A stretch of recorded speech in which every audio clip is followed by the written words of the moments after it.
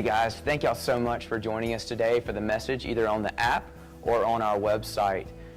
If this ministry has been a blessing to you, I would encourage you to join us in the process of not only growing the ministry, but growing our ability to reach this community. And one of the things that we're doing right now is actually beginning our student ministry building expansion to better reach those that we already have coming now, as well as the people who will be coming in the future. And so if you'd like to give today, you can either do that on our app or you can do it also on our website. And for your convenience, you can also set it to reoccurring if that's something you'd like to do. Hope you enjoy the message. Have a wonderful day. So I thought, what was I going to speak about this morning? And it was simply telling stories from the mountainside. A couple of months ago, sitting around the kitchen table with all the family, we got on a subject, and I stopped everybody in my family really quick, and I stopped it. Anybody knows my Uncle James will remember these words. Listen to me, boy, when I'm talking to you. Who knew him? There's a few people in here. You knew that he'd say that. He would get on a conversation. If you wasn't paying attention, he'd go, listen to me when I'm talking to you, boy. And so I did that at the table. I said, listen to me for a minute while I talk to you. And before I got through with the story I was going to tell them, I think all the kids had tears in their eyes. And the reason was, things seem to be really easy now. We're really blessed right now. Companies come and want to buy water, they write me a big check, and it seems like it's nice.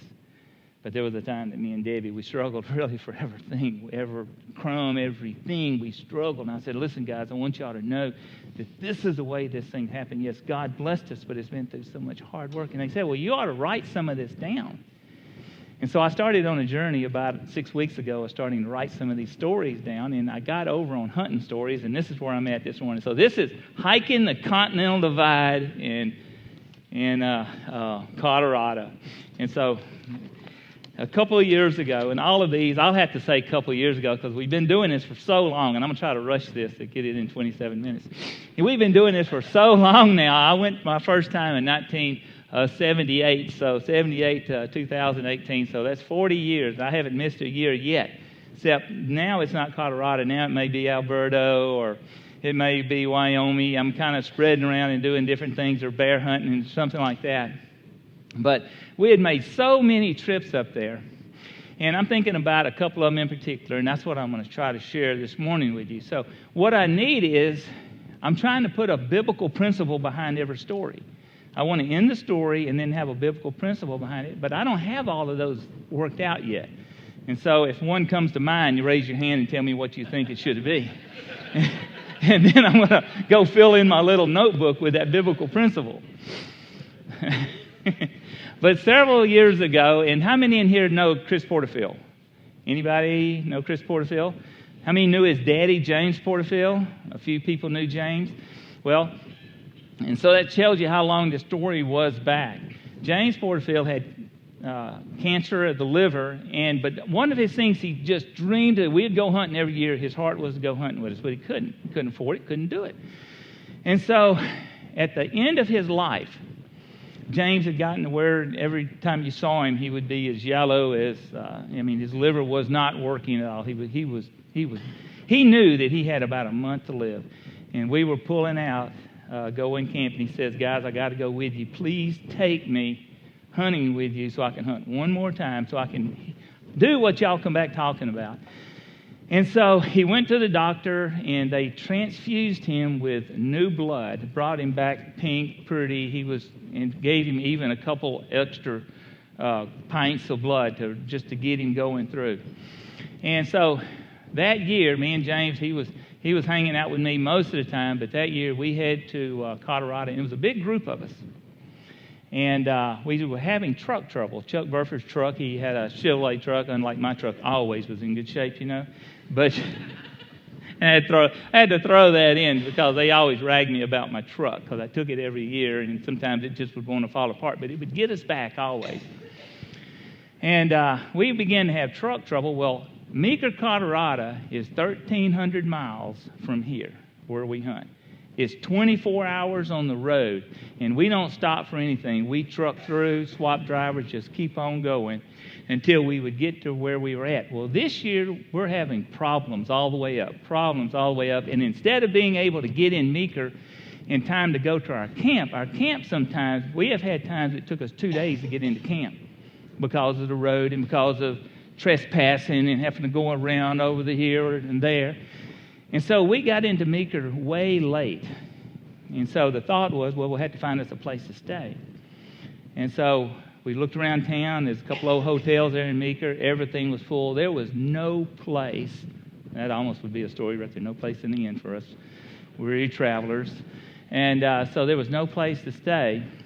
But out of the group, I was kind of the Christian in the group. They had questioned whether or not they would let me go with their group. Lewis Bloxham, whoever knows Lewis from over in Frierson, told me later, he said, Jay, he said, we got together as a group. He said, you wanted to go real bad. He said, but we got together. He said, and so they began to say, that we don't think we need to let Jay Burford go because, he's kind of Christian and we don't want to do, this is kind of the way we do stuff, and he's going to be and Lewis came to my defense. The only reason I could go was because of Lewis. Lewis said, what's that going to hurt? He's a Christian, so what? Let him go. Well, that year, we all have our CB radios on, and no place to stay. And I called back, and I spoke to Jack on his radio, and I said, guys, just give me some time. I've got friends in this town. Well, I don't know anybody in Meeker. And they knew what I was thinking. I said, I got friends in this town. I'm going to go find them and get us a place to stay. And they came back on the radio. We ain't staying in no church. I'm going like, they were reading my mind. I made about 2 blocks into Meeker, Grace Community Church, a wood frame church. And I pulled up in front of it, me and James Porterfield. I got up and walked up and talked to the first man that I met there, and he said, we don't have a pastor. He said, I'm leading it. I'm a deacon. And I said, listen, I got a guy that's dying. And if we stay out in these freezing temperatures tonight in this truck, he may die tonight. I said, we need help. He said, well, wait till church is over. I said, come on, y'all guys, come to church with us. So we went to church with them. They let me get up and give my testimony. And after church, that thing just growls, doesn't it?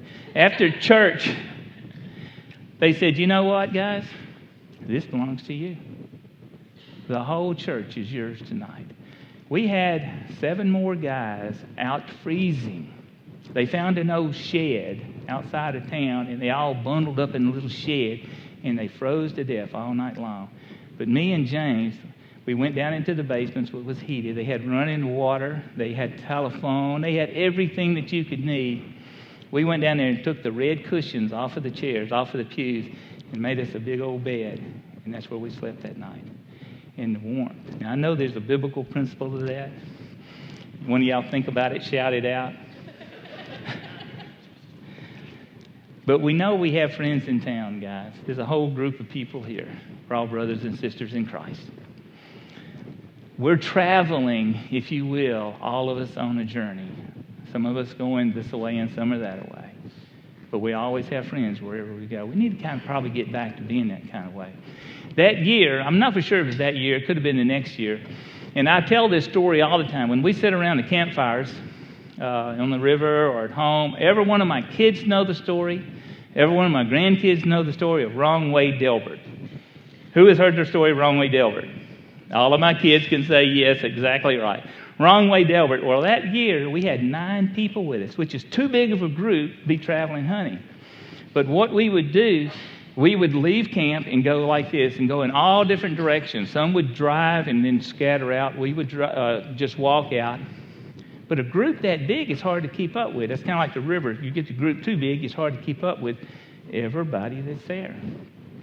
And so we're sitting around camp. We get back that night, and we had a big roaring fire. Man, we don't do an Indian fire where you stay and you warm all the way around. We built a roaring fire up there because there was so much wood. So we're sitting around our fire. The food has already been prepared, and I can still see us sitting all the way around the fire ring, propping our feet to warm our feet, all of us with a bowl of some type of soup or chili or something. And then somebody starts counting. 1, 2, 3, 4, 5, comes up one short. Wait a minute, didn't we supposed to have 9 people in camp? And so we count up again, like, who's missing? And there's a guy that went with us only one time, never went back. His name was Delbert. I don't know anymore. I don't remember him other than his name, Delbert. And we went, oh my gosh, we've lost somebody. Now here we are at 10 o'clock at night, and we've lost somebody. In that country where we used to hunt at, that's not where I hunt now, but where I used to hunt was what you'd call rim rock country. There would be canyons, and there would be steep drops, and there would be cliffs. It wasn't steep country, but it was a rim rock country with a lot of juniper, a lot of pinyon, and then just wide open expanses. Thousands on thousands and thousands more acres are out there. And there would be drop-offs, you've probably seen them, that would just go straight down out of nowhere. I mean, you'd be walking along, and then all of a sudden, 50 feet straight down, and if a fella fell into that, he's definitely going to die. And up there, you're not going to be found if you break a leg or you get hurt. And so we thought, what in the world do we do? And so we scattered out, took our trucks, and one person here, and we went put miles in between us, and we started hollering, Delbert! Just as loud as we could holler, thinking somebody's going to answer. And nobody ever answers. And then we got down to the part we're getting a little more desperate, so we blow our horns 3 times. Beep, beep, beep. We wait, nobody answers. And then the last thing, being so desperate, we took out our rifles, and we're all shooting magnums, and you can hear them from miles away. And each truck set off 3 blasts, and we waited to hear that shot to come back. No shot to come back. We thought, oh my gosh, because if he's fallen, we've lost a man, and we're never going to find him out there. We all had CB radios, and I was sitting on the ridge in my blue Ford pickup truck, and barely through the radio I could hear this, hey, Louisiana boys, hey, Louisiana boys. And I'm going, Delbert, is that you? Hey, y'all Louisiana. I said, where in the world are you at? He said, man, I'm at the California boys camp. He walked 10 miles in the wrong direction. Thank goodness. Because we'd never found him. But he found this other camp 10 miles away. He said, I'm in this California boys camp, man. He said, he said, I'm sitting around a campfire drinking beer and eating fried chicken. And oh, man, praise the Lord. He said, they're going to bring me home tomorrow. Don't worry about me. Don't worry about me. And so looking for a biblical principle at all the ends of these stories, well, this one comes in good because Jesus said, I came to save those who are lost. Yeah, I came to save those who are lost. And then he says, who having 100 sheep loses one? And this is the best part of that verse. I read it here just yesterday. Who having a sheep that is lost wouldn't go to the mountains to find him? And I thought, yeah, that's exactly right. He's to go to the mountains to find him. We've had that happen up there before. And I'll have to change the names to protect the innocent on that particular story. So I'm not going to tell it. Anyway, God has just blessed us so much. Okay, another year we're coming through. It's me and my buddy Gene Dixon. And we're coming through, heading up 287. Anybody ever goes to Colorado, these are going to be good roads for you. Everything I am is about 287. I've got a big road sign. I don't think nobody stole it, but I bought it in an antique store. It says 287 on it. And that's my road because everything all the way to Canada is good if it's along Highway 287. So anyways, me and my buddy Gene Dixon coming up 287, we take the loop around Amarillo. Anybody, y'all probably just did this. You take the loop around Amarillo, 335 loop around Amarillo, you hit 87 to Dumas, and it shoots you straight on to Raton. Okay, these are all numbers you got to know. I can get there in the dark. So anyway, I'm going around the loop, and right there when you get back on 87 towards Dumas, I looked over, and underneath the overpass were 2 men, 2 young guys. Now we got some pictures up there to show you. We got 2 young guys standing there under the... Are you kidding me? I got 14 minutes? Anyway, 2 young guys standing there under the overpass. One has a guitar on his back, and I looked over at Gene. I hit the brakes, and he said, man, what are you doing? I said, let's give these guys a ride. It was right at dark, They were going back under the bridge because they knew they wasn't going to get a ride in the dark, so they were getting ready to get their sleeping bags and get back under there. I said, man, let's give these two guys a ride right here.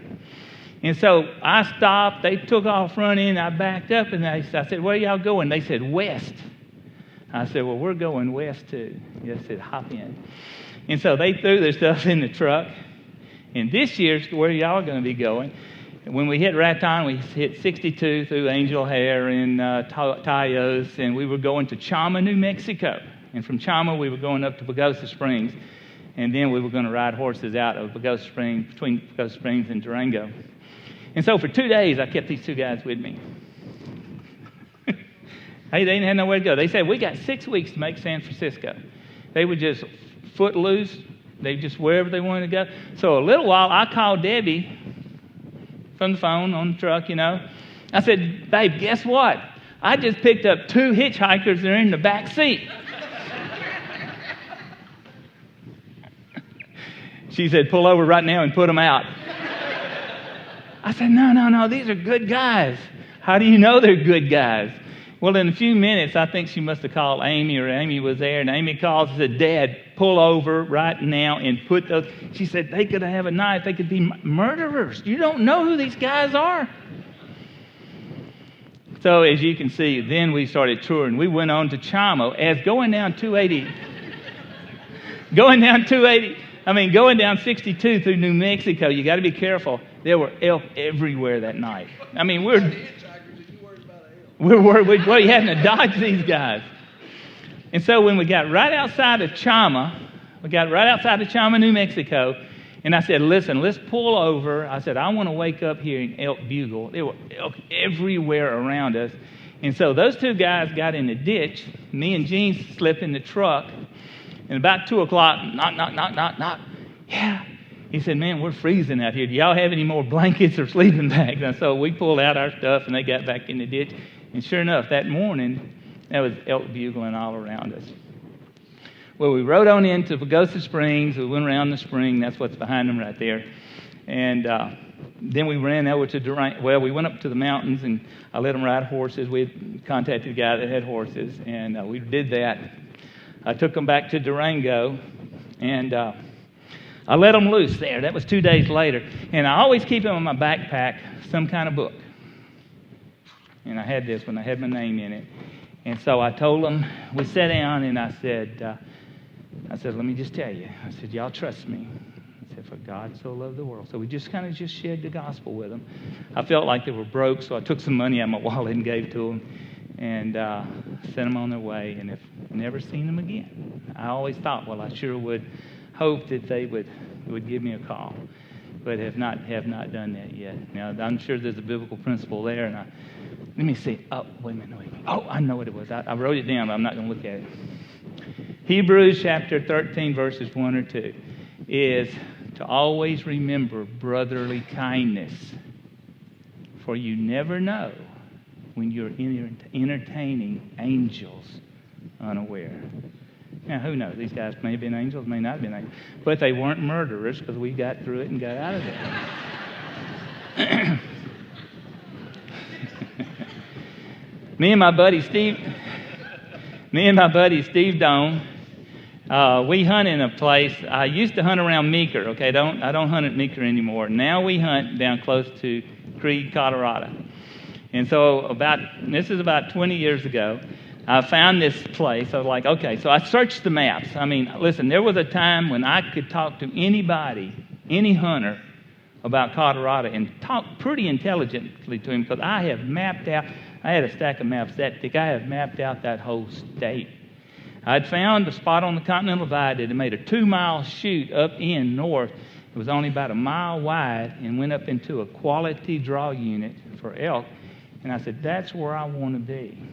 Well, I found out who the outfitter was that had the permit for that area and called him.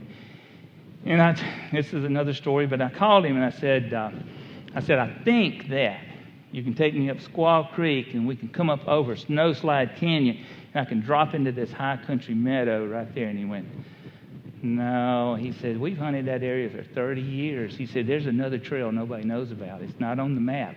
He said, I can get you in there. He said, matter of fact, we got a name for that spot. It's called the Arctic Hole. And so I don't know if you got a picture of Steve in the tent right there, but we just about froze to death in the Arctic Hole. We get up there, and it's just me and my buddy Steve Doan. And that first night, Steve is over there, and he's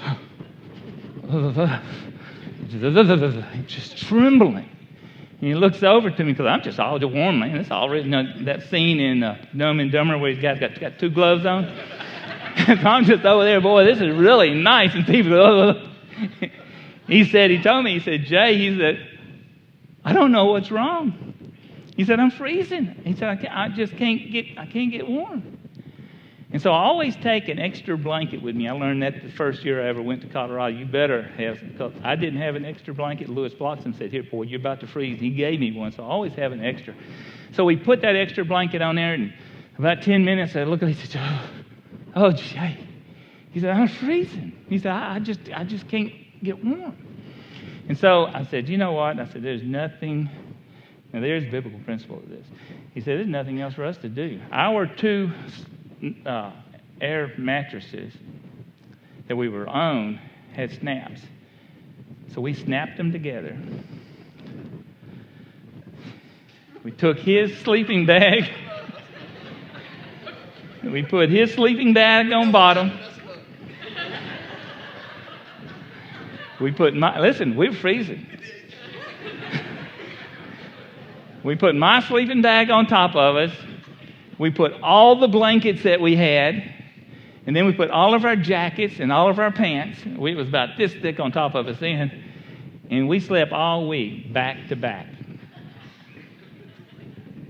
That's the only way we was going to stay warm.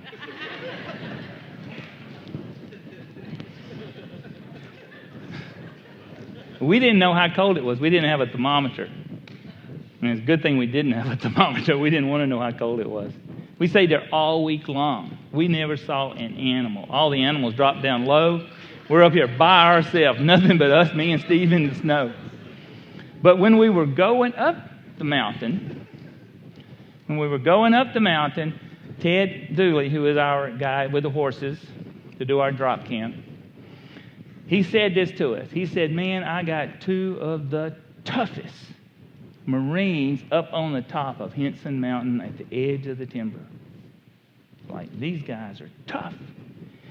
And we come on around, and there's another group of hunters that they'd been there. They hunt up there every other year. We had never intersected to be there at the same time. This year, we happened to be there at the same time. Only time ever that we were there. We go by this other group of hunters. They got a nice wall tent.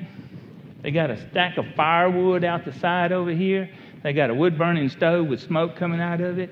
And so we go by their tent, their camp, to get up to my spot, the Arctic Hole spot, and we make our camp. Well, a couple of days later, two of their guys from their camp came up to our camp. Well, I wasn't there. I was out hunting, but Steve was there. And he said this. Steve told me the story later. He said, you know, those guys came up here and laughed at us? He said, they looked at the little tent that you brought up here. He said, why don't you get Ted to bring you a tent? Why don't you get him to cut you some firewood and have you a wood-burning stove like we do? Instead, you come up here with this little bitty old tent and you're trying to live up here in this blizzard up here. And so they went on back. I came in that night and Steve went, he said, man, them guys down there were laughing at your tent. Well, it's not much of a tent. It about fell in because that means it was cold. And so, as we coming into later in the week, about Tuesday, probably Wednesday, I'd gone down to the end of the ridge. There's a deep Squaw Creek. It's like 3,000 foot drop, and right there over the edge, where the wind would blow the snow off, and no snow there. I'm just laying there.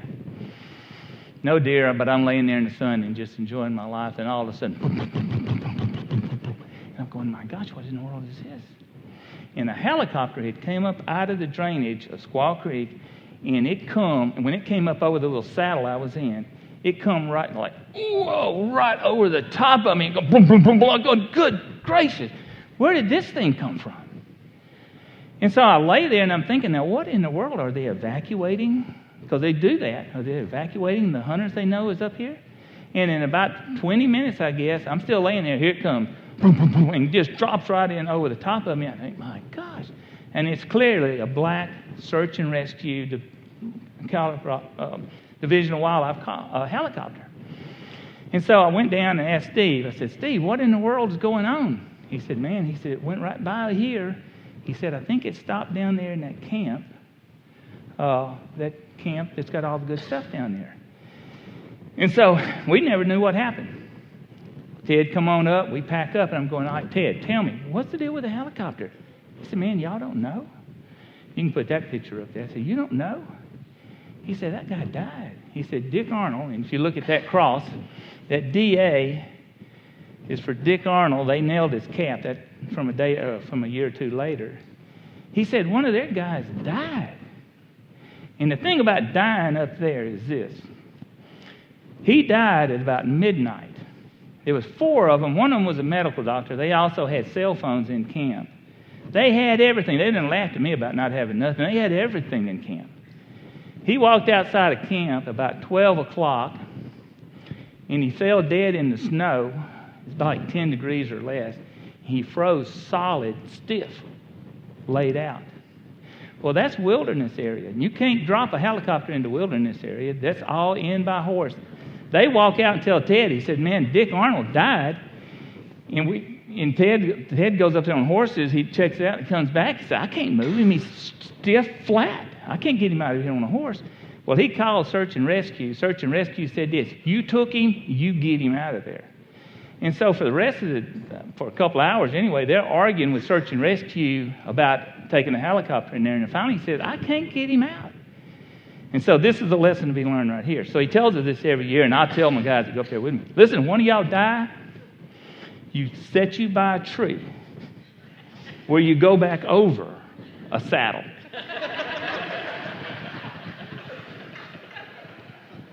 I mean, it's something you've got to know up there. Because they couldn't get Dick Arnold out of there. And so, I told people I'd take him up there. Every year when I go up there, his monument will be laid over sometimes. And I'll stick it back up, put rocks back around it. And so some of the new hunters that I take up there with me, I said, doggone, we have to go get his skull every year out of the creek and take it back up here. He ain't up there. They just made a monument. Okay, I got one more. If you'll go with me. I got 1 minute and 39 seconds. I was hiking down the Continental Divide Trail, and this is how I knew that I was supposed to tell these stories today. I was hiking down the Continental Divide Trail right across from our camp. This is what we see every day. That's the Rio Grande Pyramid. That little box is the window. And, of course, we had a full moon. It's always like that at the opening of, the first, second week somewhere in September. And I'm coming back down the trail, and I'm in deep timber, dark timber, and sunlight is so dark, the trees are so thick, sunlight doesn't hit the ground. It's what you call dark timber. And I'm sitting there resting, and I could hear somebody coming. You could hear their poles, and you could hear them breathing. And so I just thought, well, let me just sit here and see what happens. And besides, I can go back. The thought of that last one is this: one by itself can't stay warm. It's Ecclesiastes 9:4-9. But 2 can keep warm together. So anyway, coming down the trail, here comes this hiker. I know that was a good one for that, because I just hit me yesterday about that, and I thought, oh, that's a good one. It's coming down this trail as a hiker. His name is Bill Hood. He stops there, and we begin to talk. And I've got I'd like to read some of that to you, but I don't have time to do it. Bill goes, man, the last 2 hunters I saw, they hollered, get down, you're messing our hunt up. He said he hit the deck, and he said there for 30 minutes he laid on the ground with the visions of a bow hunter putting an arrow in his pack. He said, I've got up, and he said, I've walked out, and he said, you're the next person I've seen. Another guy in camouflage, but I said, well, that's not us. And he began to just kind of tell me his story. He said, I'm pretty well lost. He said, I'm pretty well wasted. He said, I've been in rain for 4 days. I'm put in at Wolf Creek Pass, trying to make the 100 miles all the way to the Durango Silverton train. And he says, I've been in rain for 4 days. He said, I've pulled a muscle in my leg. He says, I have determined that I'm not going to probably die on this trail. I don't think I can even make it out of here. He says, all I can think about now is Robin, my wife, and Rachel, my 10-year-old daughter. He says, I got to get out of here, out of these mountains. And so I said, Bill, I know what you need to do tonight. I said, you need to come to our camp. And so Bill comes to our camp, and he records it in his book later on. He says, and he sent me a kind of a manuscript. He said, I met some angels in the middle of the mountain in camouflage. And I thought, wow, you never know when you meet angels unaware. Well, I wouldn't have thought that we would have been called that. But he records, he said, they had baked ham, green beans, and corn. He says, Jay gave me a book. And I did. I gave him this book right here, or one like it. And the only thing it's got had my name and number in it, because it was 6 years or 8 years later that he wrote it all down. And he talks about how his life was over at home. That everything that could go wrong had gone wrong. He had gotten fired like the day before for a job that he had had for a long time. That was back in the internet bubble day.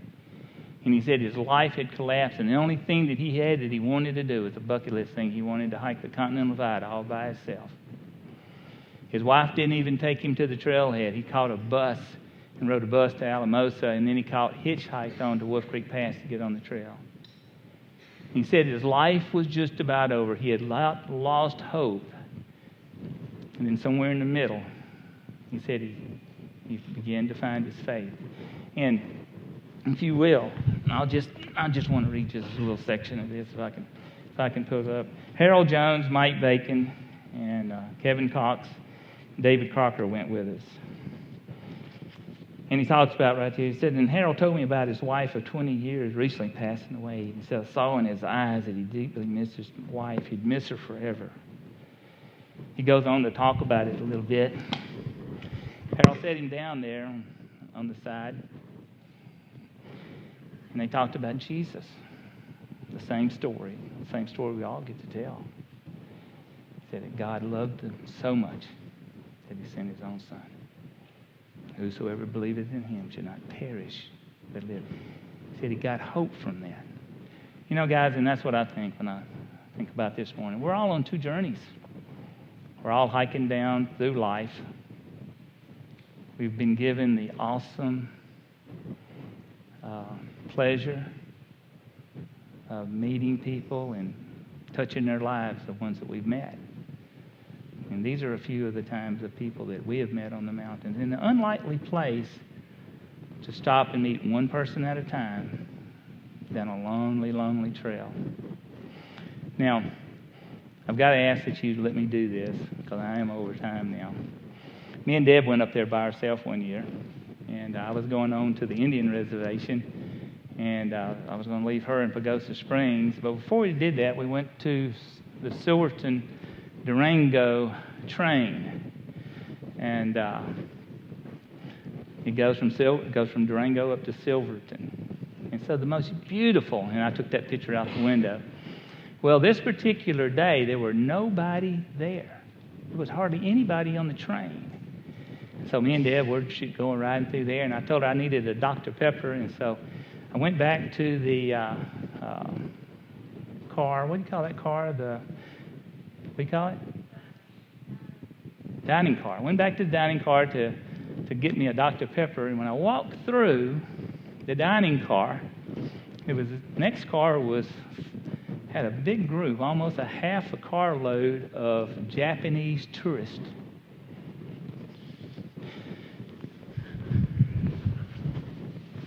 This ain't much of a cowboy hat, but it's the one I liked.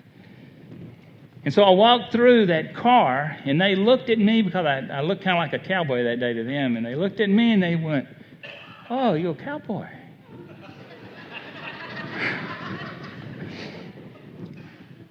The next weekend was the cowboy poet ride on the train where cowboy poets would ride and go through the cars and sing or read poetry. And so they looked at me and they said, you're a cowboy. Will you sing a song? And I went, oh, man. And I thought, what a good opportunity this is. And I said, let me think about that for a minute. I went on back and got my Dr. Pepper, and so I sit there and I studied for a few minutes. So I walked on back in and I said, y'all know Clint Eastwood? And they went, yeah, we know Clint Eastwood. And I went, okay, here it goes. Rolling, rolling, rolling. Keep them doggies rolling, rawhide, move them up, head them out, move them out, head them up. Rawhide. Don't try to understand them, just rope, throw, and brand them. Soon I'll have my honey by my side. Loving and a kissing, that's the main thing I'm a-missing. Head them up, move them out, head them up, rawhide. Let me tell you, they thought they had Clint Eastwood in there because they stood up and they were taking pictures and they were clapping. And I walked out of there 10 foot taller.